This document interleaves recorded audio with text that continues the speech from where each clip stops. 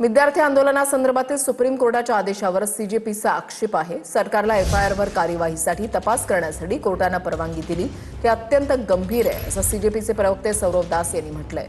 कोर्टाचा निर्देश सरकारने दिलेल्या आश्वासनांच्या विरोधात आहे, असं सौरव दास यांचं म्हणणं आहे। सरकारने एफआयआर मागे घेण्याचं आश्वासन दिलं होतं, असं सीजेपीचे प्रवक्ते सौरव दास यांनी म्हटलंय।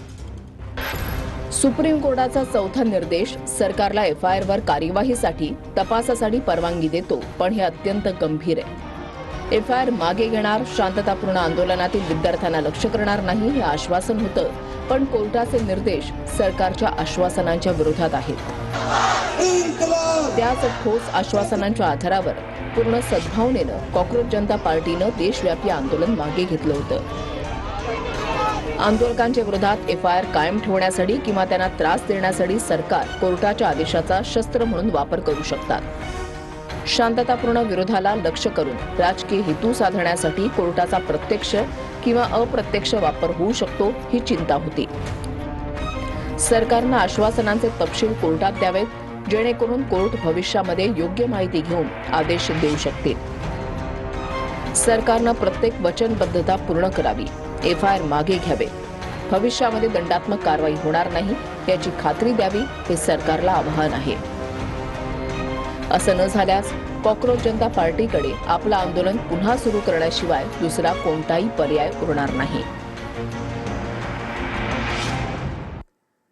सीजेपीचे संस्थापक अभिजित दिपकेंकडून पुन्हा आंदोलनाचा इशारा देण्यात आलाय। पोलिसांकडून विद्यार्थ्यांचा छळ सुरू राहिल्यास पुन्हा आंदोलन करणार असं दिपकेंनी म्हटलंय। विद्यार्थ्यांना जेलमधून सोडा, गुन्हे मागे घ्या अशी मागणी दिपकेंनी केली आहे। सरकारनं जाणीवपूर्वक कोंडी करणं थांबावं असं अभिजित दिपकेंचं म्हणणं आहे।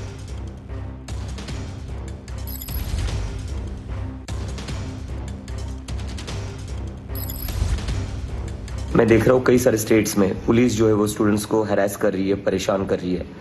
गवर्नमेंट स्टूडेंट्स को डराना धमकाना बंद कर दे। अगर वो इसी तरह पुलिस के द्वारा स्टूडेंट्स को डराएगी, धमकाएगी, डिटेन की धमकियां देगी, अरेस्ट की धमकियां देगी, तो कॉकरोच जनता पार्टी फिर से बहुत बड़ा प्रोटेस्ट करेगी।